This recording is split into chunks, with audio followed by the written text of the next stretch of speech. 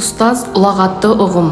Әр адамның жүрегіне ерекше жылулық нұрын себетін аяулы тұлға бейнесімен өзектес ұғым. Адам баласының жүрегінде қадір тұтып құрметтейтін екі ұғым болса, соның бірі ұстаз. Ұстаз қазақ баласы үшін қашанда қадірлі болған. Ұстаздан тәрбие алған, немесе ұстаз алдын көрген деген сөздер құлаққа ана тәрбиесін алған деген сөздермен ұштасып жатады. Ұстаз деген асыл ұғым бұл қайнап жатқан қоғам өміріне, оның ішінде бала өмірінің үлкен мұратына үлес қосар, нардың белін қайыстырар, қыруар жүкті көтеріп келе жатқан тұлға дер едім. 21 ғасыр есігін ашқан қазіргі таңда мектепте ұстаздарға үлкен талаптар қойылуда. Ұстазға жүктелетін міндет өте ауыр. Тек өз ісіне берілген жаңалықты жатсынбай қабылдайтын ұлттық қасиетіміздің асылдарын асқақтата отырып, шәкіртінің жанына нұр құятын ұстазды ғана бүгінгі күннің лайықты тұлғасы деуге болады. Менің өмірлік ұстанымым: мұғалім мәңгі нұрдың қызметшісі. Ол барлық ой мен қимыл әрекетіне ақыл дәнін сеуіп, нұр құятын тынымсыз лаулаған жалын иесі.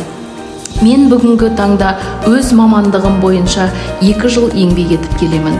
Бұл аз ба, көп пе, бірақ мен үшін биік мақсаттарға жетудегі ізденістер мен ұмтылмас қызықты жылдар. Менің өзіме қояр талабым, мақсатым жоғары. Менің кәсіби бағытым. Халқымыздың рухани көсемі Ахмет Байтұрсынов: мұғалім әдісті көп білуге тырысу керек. Оларды өзіне сүйеніш, қолғабыс нәрсе есебінде қолдану керек. Дегендей, оқу тәрбие үрдісінде ұйымдастыруда нәтижелі әдістерді көп пайдаланған дұрыс. Әр күн сабақтарымды қызықты қылып етіп өткізу үшін үнемі ізденістемін.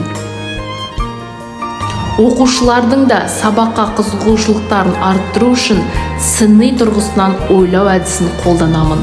Бұл әдіс оқушылардың еркін, өзіндік ойларын жеткізе білетін, ынталы, сенімді, сыни пікір көзқарастарын қалыптастырады. Ынтымақтаса жұмыс істей отырып, оқушылар бір нәтижеге жету үшін топпен жұмыс ережелерін сақталудың маңыздылығын сезіне, өздерін реттеулері мен көшбасшылыққа ұмтылулары, дарындыларды айқындала бастайды.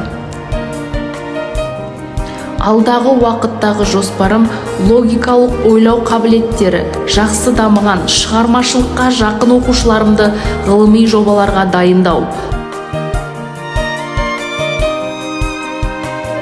Іс тәжірибемде алғаш бастаған кезде жасыратыным жоқ, қиындықтарға да тап болдым. Мектептегі психологиялық ахуалардан шығу үшін маған үлкен көмек болған Мағжан Жұмабаевтың «Педагогика» кітабы десем де болады. Сонымен қатар тәлімгер ұстазымның да еңбегі бар деп ойлаймын.